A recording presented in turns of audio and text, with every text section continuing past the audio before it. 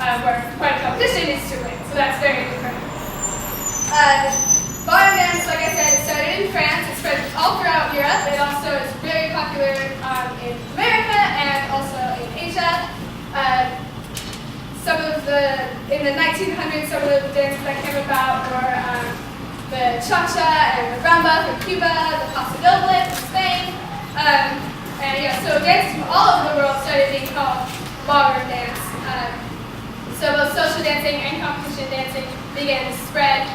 Around the 50s and 60s was when the dance, the twist, not a ballroom dance, so it's pretty simple, started being really popular at the social clubs, which is not a partner dance, and it kind of took over the social dancing scene. But around the 70s, the hustle came out, and that really allowed ballroom dance to stay in America and also Europe and everywhere else. So.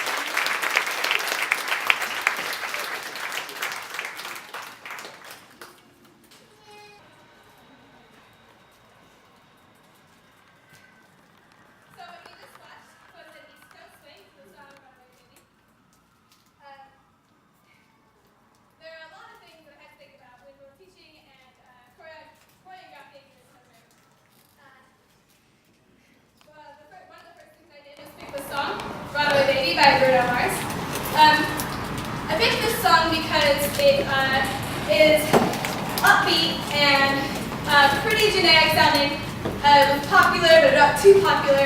Pretty much I wanted to choose a song that wasn't going to strike a chord with anyone, so anyone can enjoy this piece. So that includes the audience, but also my dancers who are going to be hearing this several times a week, and me even more to choreograph this piece. I wanted to at least start out not singing the song. So. One of the overall feel things that I think about was the costumes. I went with sort of a rockabilly look, because that's what the song inspired me to do. I chose the colors like red and white, and then black mainly for the leads. It's simple, and the color, all of it together really unifies the team and makes it look like one coherent piece. There the costumes are pretty simple. I didn't want to make my students spend too much money on this. I wanted it to be most of the things that they already had. So yeah, most of what we're wearing is stuff we already owned, with the exception of the skirts, which we got to unify us, as well as the ties that the lead wear. That way they had some red accents to match the bolos, and then we have some black accents in our hair and shoes to match the leads. So the overall feel, I mean, my whole point is just to entertain. That's what I love to do, and I really wanted everyone to just like it, and I wanted everyone to feel joy when they watched it as well as when they danced it. But when you watch a piece, especially a piece this is only like 2 minutes long, it's pretty short, you're not going to remember the whole thing. You're only going to remember a few key moments of the routine. So I really wanted to capitalize on that and make sure that those moments were clean and nice and together and also just interesting. So I picked a few moments in the music to kind of choreograph around, so like the dip line, as well as a lot of moments where we put our arms up. Those are very sharp and they're just visually interesting to look at. So I picked those moments to kind of choreograph to the hits in the music, and then I sort of choreographed everything else around those moments. But of course I didn't want the rest of the dance to just be getting from one place to another. I wanted every moment of the dance to be important as well. So that's one thing that I had to think about with choreography. I also had to think about formations as well as partner changes. I personally really like it when there's a partner change within a dance. So about halfway through the routine, they switch partners, and then right towards the end, they switch again back to the original partners for the final pose. And then formation-wise, originally I had 5 couples. So I had a lot of star formations in the beginning with things like these, but unfortunately a few of my dancers could no longer stay with us, and I ended up with only 4 couples, and you can't make a star with only 4 points. So I had to figure out ways to make squares and diamonds interesting. I wanted to make sure there was enough of different sort of formations that it didn't stay stagnant, but I also wanted to make sure that they weren't moving the entire time, because then you'll end up looking at the formation as a whole rather than the individual dancers. And I want the audience to be able to look at both. So like I said, some of our dancers had to drop out, and eventually I had to fill in for one of them. That was a really big challenge for teaching the choreography, because I could never look at the choreography as a whole unless I videotaped it, which I did end up doing towards the end of the term. But at the beginning it was really hard. I really had to be aware of what it was going to look like without actually seeing it, rather than just what it felt like. And also not just as a whole, but the individual moments, the individual couples, as well as the formations. There's a lot to think about and a lot to be aware of. So pretty much after every moment that I choreographed, I went back and tried to visualize it in my head to see if it was actually going to look like what it felt like. So, yeah. The term that I had all my dancers in started about at the beginning of this semester. And like I said, I had a lot more dancers then.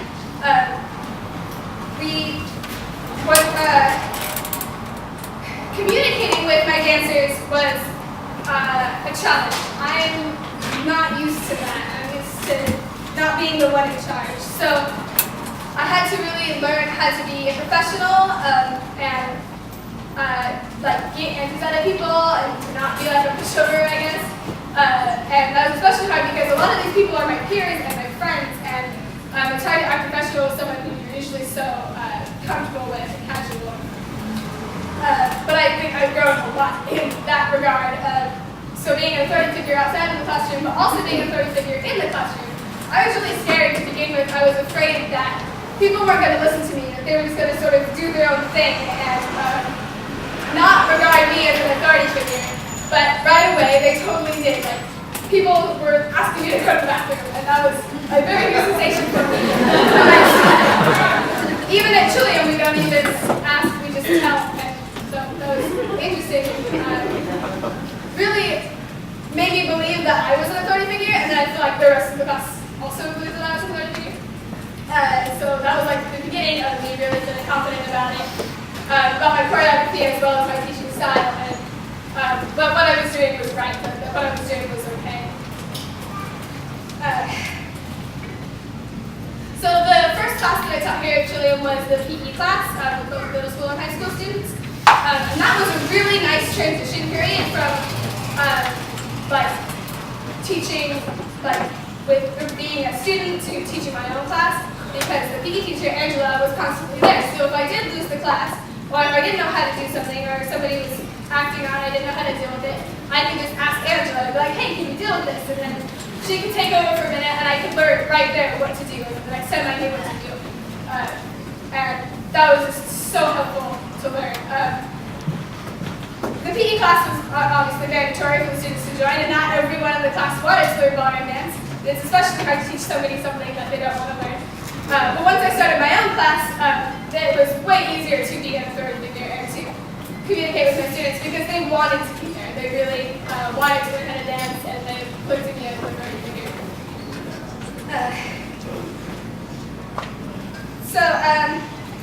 Then like my middle class was, I started after school, after PE class ended, and that was like an overview of ballroom and not choreography yet, but just sort of to see if they wanted to join my team. And so okay, I'll just go. Hello everyone, my name is Kaneo, aka E-Will, and today I will be showing you my presentation on survival skills.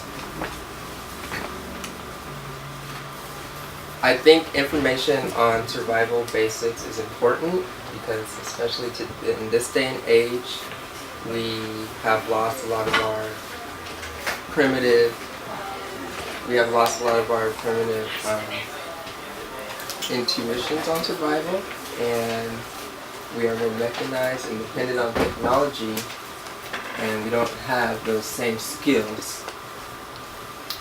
And it's also very important because in case you are stuck out in an area you don't know, you don't want to just go out without any knowledge about what you're doing, because that's really dangerous.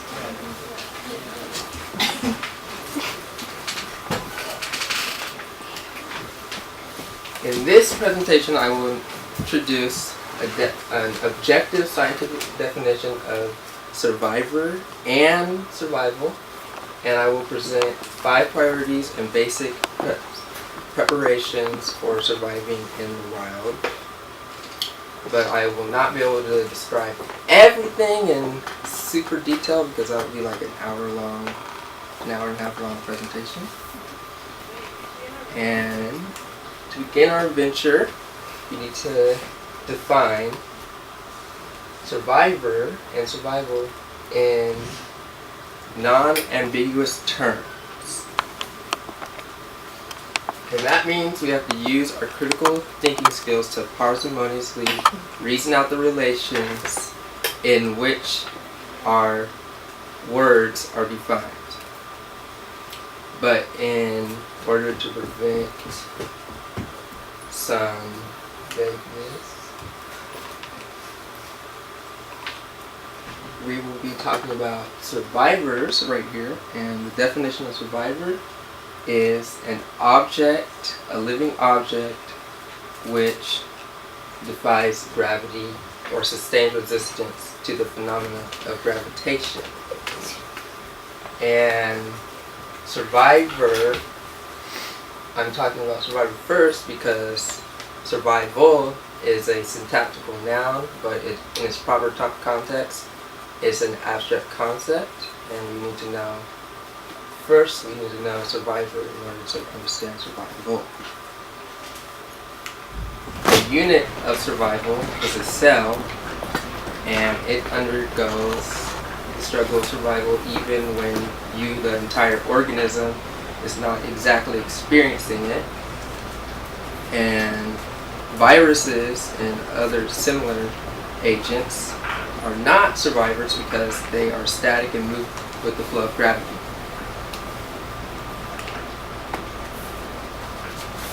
And for an objective definition of survival is the fact of an object to sustain resistance and its needs in face of restrictions.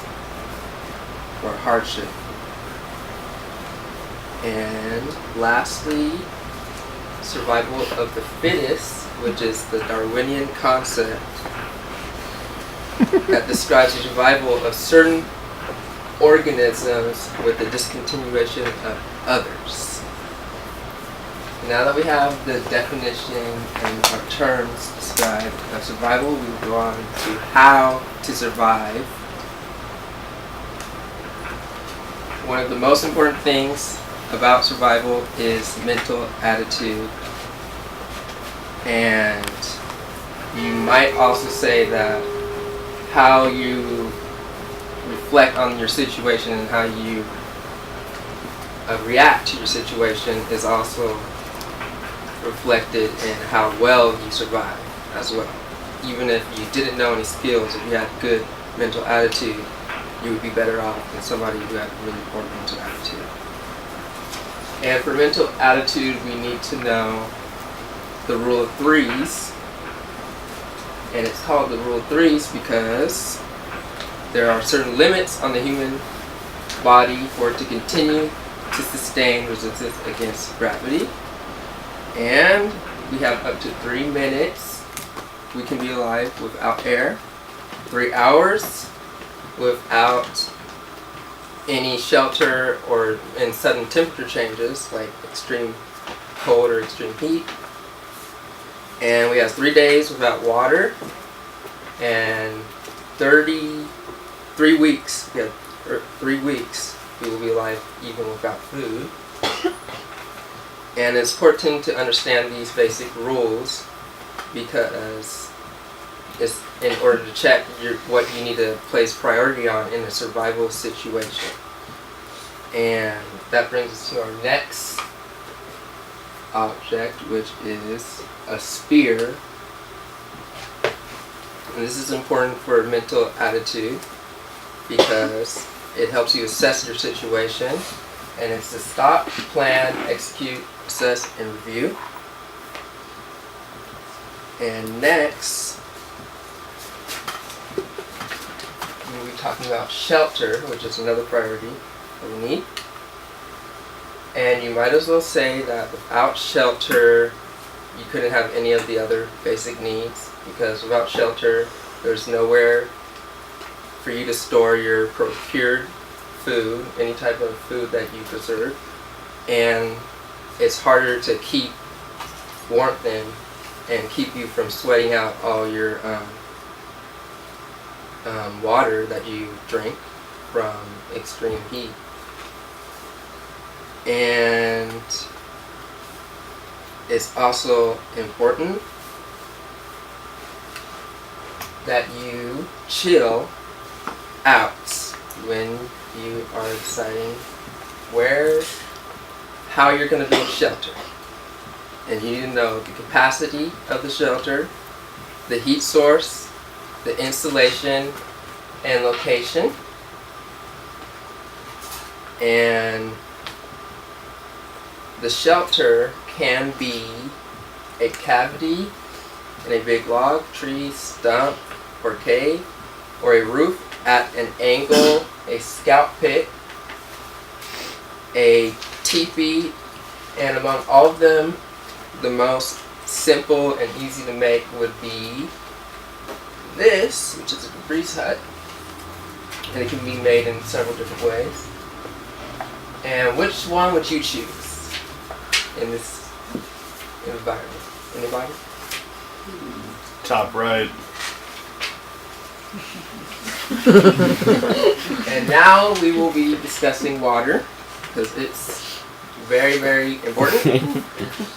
And if you know that the human body is about 78% composed of water, you recognize that water is very, very important and it should be prioritized.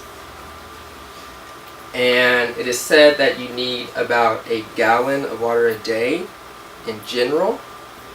Not absolutely, but in general.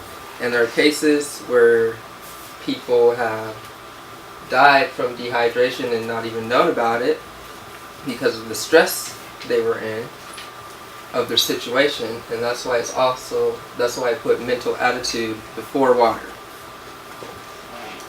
And next is water evaluation. And in addition to waterborne illnesses and diseases in rivers, such as an upstream plant or agricultural plant and wastewater, it is important to understand your environment and where the water is coming from. Even if the water is clear, you can't just use that as a basis for deciding if you should drink out of it. And in general, you want to make sure that wherever you get your water is not next to any sort of modern things like a mining, any place where there's mining, because the chemicals and minerals can seep into the water, and you want to make sure it's not around a road, especially because petrochemicals go off and run off into that water. And so in general you should avoid any water that's next to a road. And next, if you're dehydrated, sometimes you have to make your own water, but you should not fall prey to any sort of pseudo-survivalist ideologies, such as drinking your own pee. And it does not help you in a survival situation because you are probably not going to be very hydrated, and if you're dehydrated, there is a higher ratio of toxins than water in your pee, and your body's just going to work harder to get rid of that. And plus, you sweat more water out than you pee anyway. So, and next, water purification, and I will describe 3 methods. And a recently new method is purifying the water with using an agent such as an iodine filter, which is shown in this diagram. And it would be very advantageous to have something like this because you don't have to worry as much about your water when you have something like that.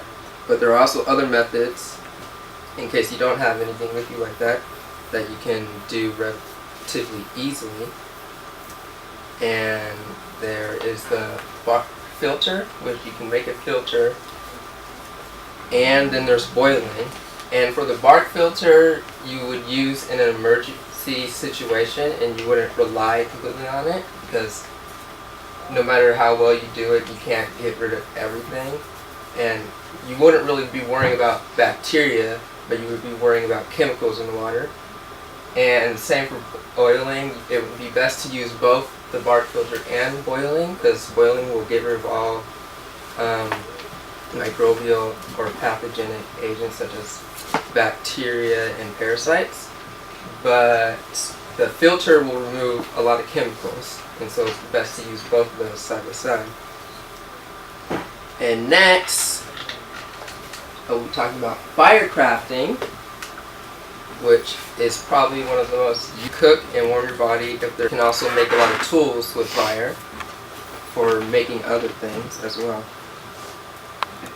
And it's best to have some sort of mobile fire tool, or be able to make or know how to make something, such as a fire piston. And this is a device, I'll pass this around.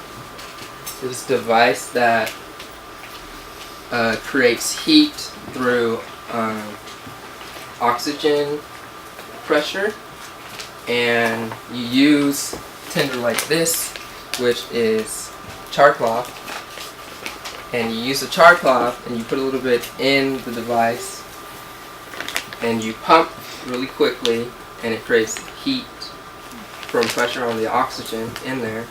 But it's really hard to do.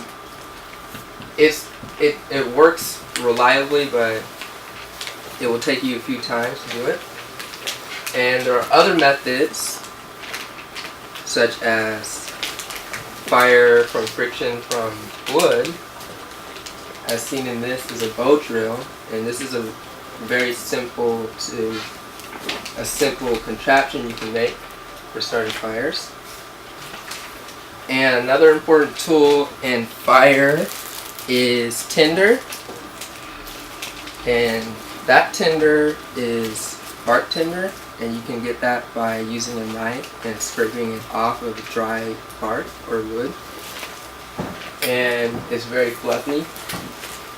And there are many other tinders you should probably look up.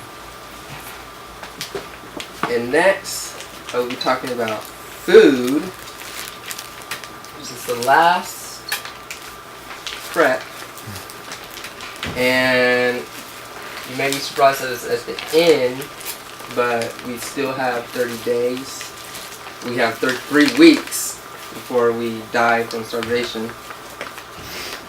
And thankfully, the nutritional components necessary for survival are in both plants and animals living in the natural world. But we will talk about plants because you need to worry about them more and be more cautious about them. Plus, they're much more easy to get. They're more easy to get than animals. And I will talk about 3 edible plants, and the first one is taraxacum, and they are found all over the globe, and they've been used since prehistory. And they're also called the supermarket of the wetlands, and they have edible roots, young shoots, young leaves, and pollen part that you can all eat. And they're very common in North America. And then cattails.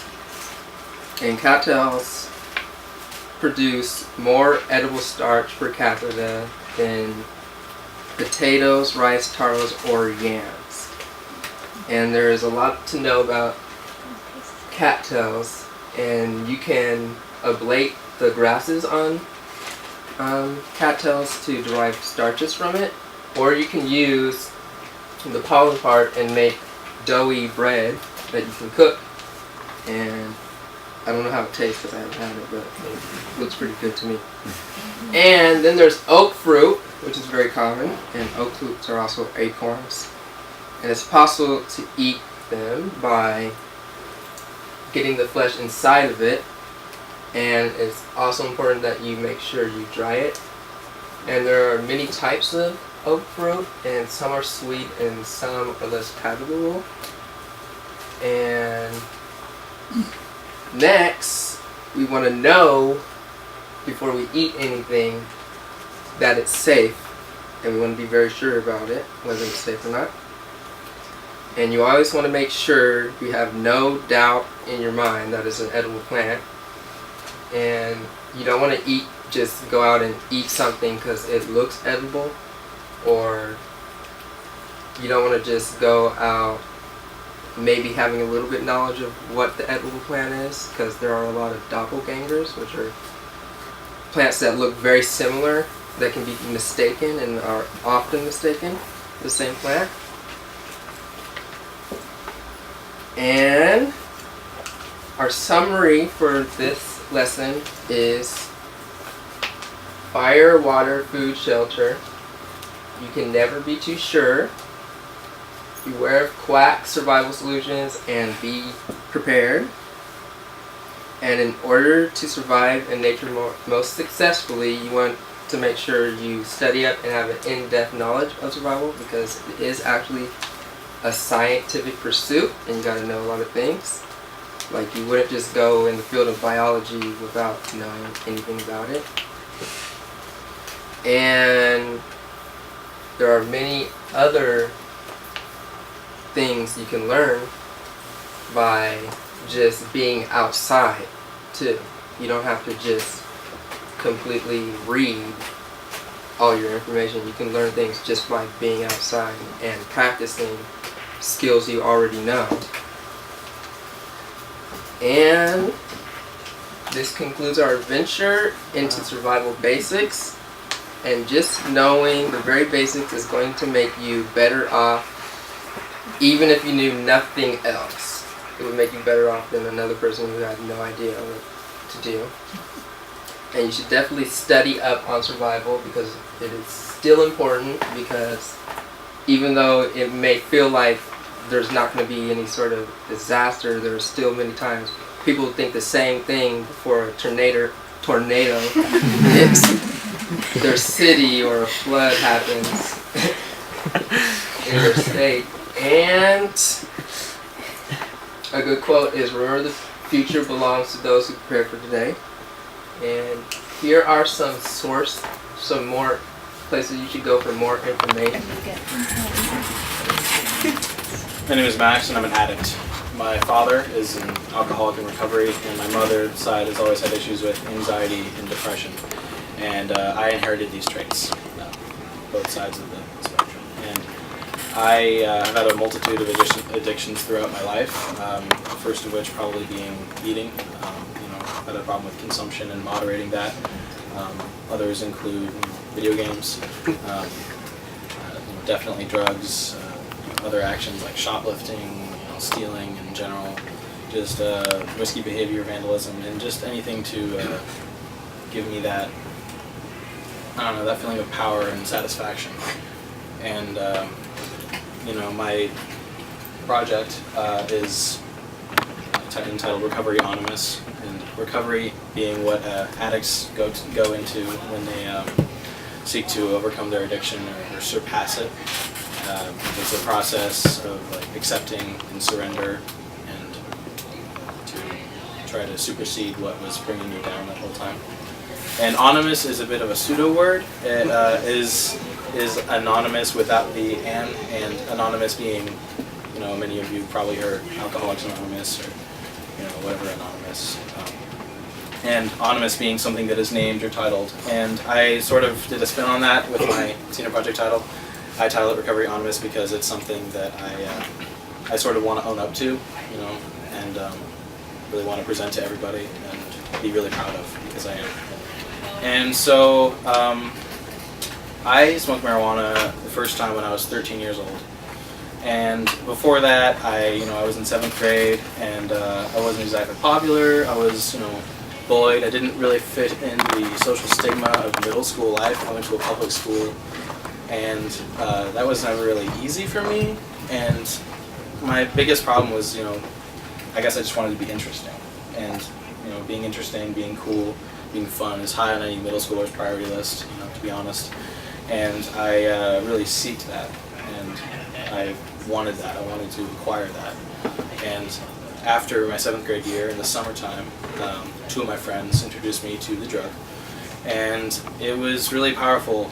And I felt comfortable, and I felt satisfied and full and courageous, and like I could just do this forever, and I could be comfortable in my life. And that's what I wanted. I wanted to be interesting. Drugs, they have a way of giving someone an edge, or making someone seem like they have cool people. And in society we associate drugs with risk and interest and an air of coolness. And I experienced that, and then I continued on that path. Soon enough please silence your cell phones. And soon enough I was becoming a daily thing for me, and I kept going on that path, and it led me to the beginning of my senior year, and I was smoking weed every single day. And it really it wore me out, and prevented a lot of development in the brain. And in the beginning of the year, I wanted to compose a symphony for my senior project. And it seemed like a daunting task, but I've played music all my life, or at least been interested in music all my life. I started playing drums when I was 7 years old. I've been studying music since, and it's been my greatest passion, and I hope to pursue it as a career one day. And relating to my project, I wanted to compose something. I wanted to create something with music. And eventually it became that was too much work, and I ended up just throwing it out. I didn't want to do it. It was just so daunting, and I found it really hard to get started. And at one point I realized I couldn't even listen to music anymore, because I would have these anxiety attacks. It's a way of getting something stuck in your head and just being unable to process things and not hearing sounds correctly. And it scared me a lot because music was something that I really connected to on a deep level. And I felt like I had just thrown that away and given myself up to my drug. And then later, I wanted to construct something still music related. I wanted to make a lyre, it's like a harp, but it's held in your hand, and it's a classical era instrument. It's a Greek instrument, and I was thinking I would make one out of wood, construct it and explore Pythagoras's various musical teachings, which I still have great fascination for. But eventually, that never came to be either, and I had a few senior project proposals about both of those topics, and really the plans were just impossible to accomplish. I couldn't execute any of them because I had this drug sitting on my brain. And so eventually I realized I needed to stop smoking weed every day, which took me way too long, about 5 years. And that became my project. I wanted to make this a life-changing opportunity for myself. I'm transitioning into adulthood at this point in my life, and it felt like a really good step for me to take, and so I did. I entered into recovery, and this happened in the middle of December. And this was when I decided to finally do this for my project. I took half a year to decide that this is what I wanted to do, because it's a really hard step to take. And so I was stuck in this spot of, self-hatred and depression, anxiety. I was self-medicating for these particular traits and symptoms of my own psychological position. And I didn't, I just couldn't be without it, and I realized that. And I figured that I couldn't do this without, help or an outside guidance, and I needed to talk to people, and I needed to, make this a bigger deal, because I couldn't just do this by going on my own and, I'm not going to smoke weed anymore, so there's that, and I'm just not going to do it, because I ended up relapsing a few times. And eventually I decided that a huge part of my project would be going into rehab, and I did that. I was admitted on January the 17th of 2014, and I left on February 10th, and that's 23 days. That's shorter than the average stay. It's usually around 30 to 45. But they could tell I was really motivated to enter into my recovery, because a lot of people didn't actually want to be there. It was a law obligation. They got in some trouble, and they said, you have to go to rehab.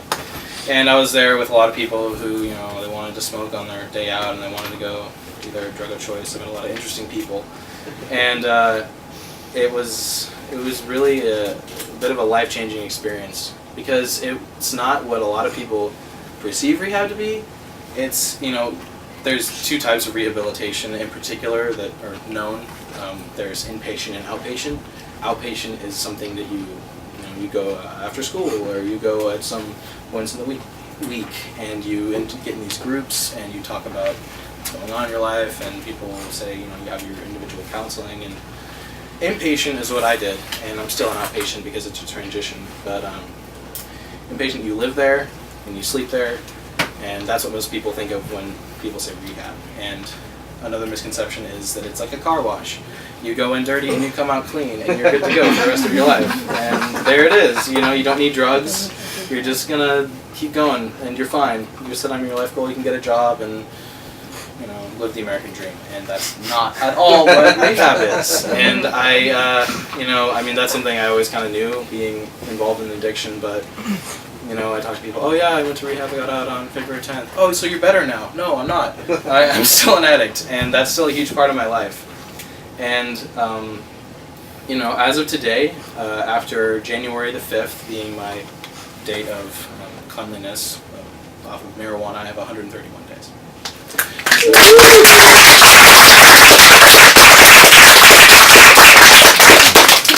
Thanks for that. And it was the hardest thing I ever did, like, hands down, in my entire life, to make that life change. I was stuck in this stagnant state, and I didn't want to get out. I was happy, and I was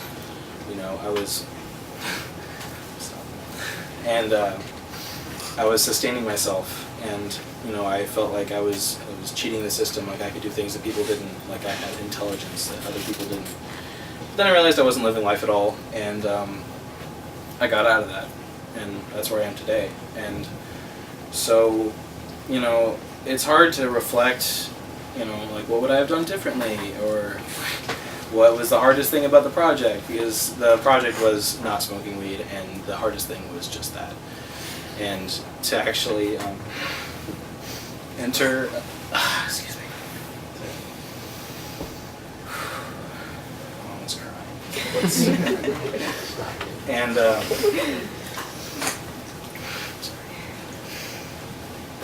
And still crying.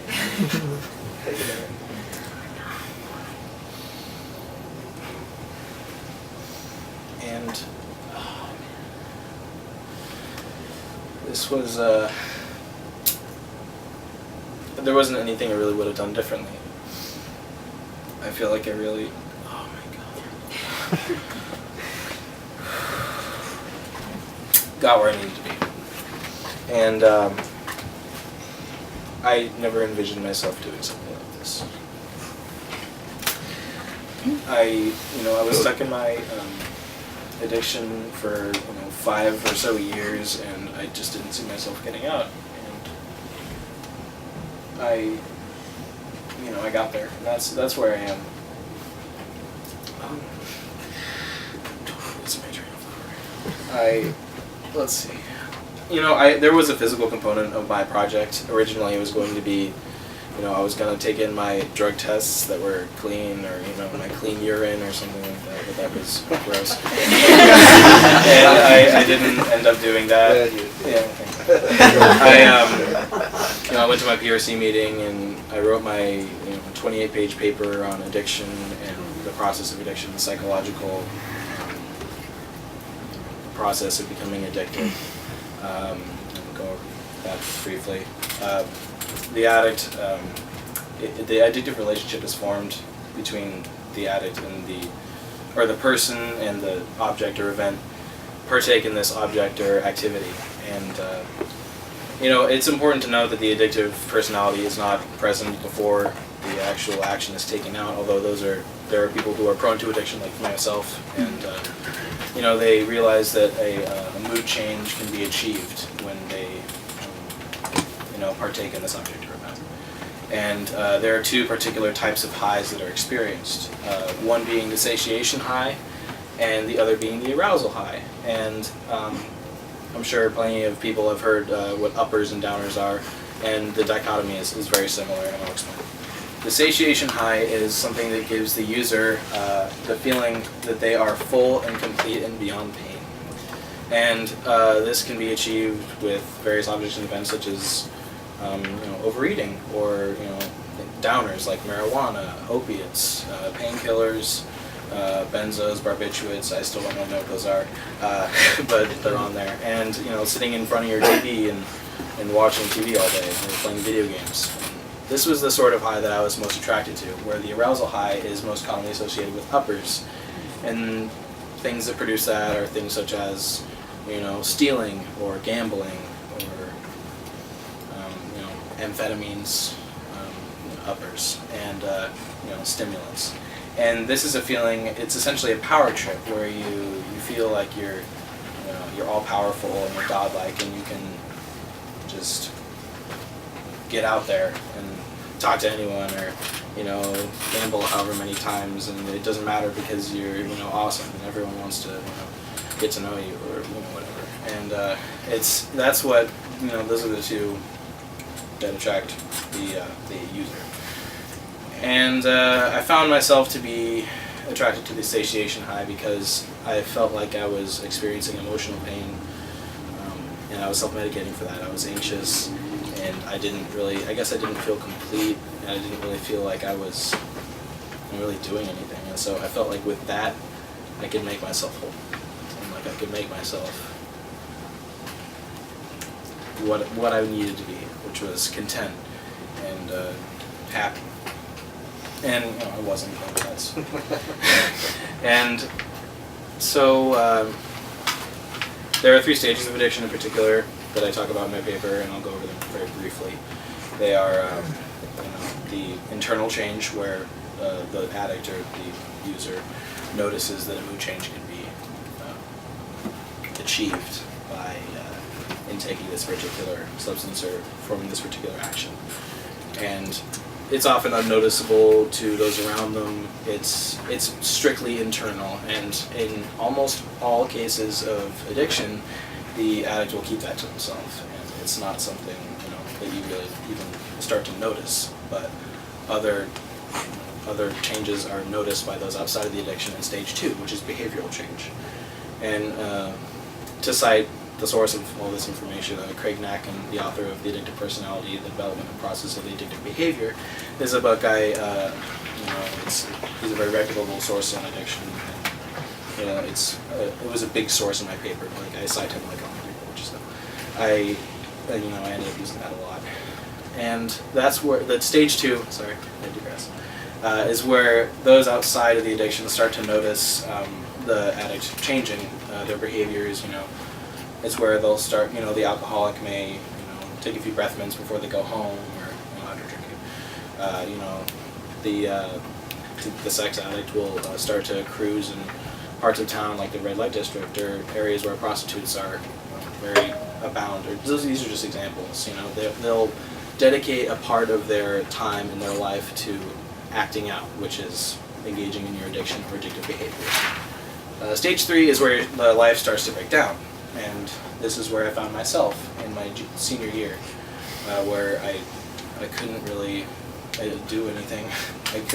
I didn't see myself passing my classes. I didn't see myself really being able to engage in music, or my passions, to write a paper, or to even read a book. I couldn't. I'd start reading and I'd get caught up in my head, and I couldn't actually be present because I was so anxious all the time, and I was so medicated that performing routine tasks and actually having a routine was impossible. And these are all aspects of stage 3 of addiction. It's where a cycle is formed where you feel the need to act out or be happy, there's pain, and then you start to act out and you feel better. You start to act out and feel better, and then there you are, and then it'll wear off, and then you'll experience shame from, or hatred, or just general withdrawal from not having been engaged in this behavior, and then you'll keep going in these loops, and the loop eventually leads to stage 3, where you're just found in a spiral of self-doubt and hatred and general unhappiness. And that's where most people realize they need recovery. Sometimes it even happens in stage 1, or sometimes stage 2, but in stage 3 is where people really find themselves unable to engage in their lives. And recovery is, I guess, the last stage that is sometimes not achieved. And that is the acceptance of the condition that is the addiction. And I just realized that. And it's where people will start to go to 12-step meetings, or they'll start to get a sponsor. The most common source of, I guess, of recovery, or the most common step taken is to start engaging in 12-step meetings. And the 12-step meetings are, you'll hear about Alcoholics Anonymous. That's the most popular 12-step meeting for people who have problems moderating their drinking. There's Sex Addicts Anonymous, Marijuana Anonymous, which is a meeting I sometimes frequent. And the anonymous is, it's on a first name basis, and that's to keep them, in a nameless sort of way, where people, it's in their own private time, and it's this very close-knit group of people. 12 steps. What are they?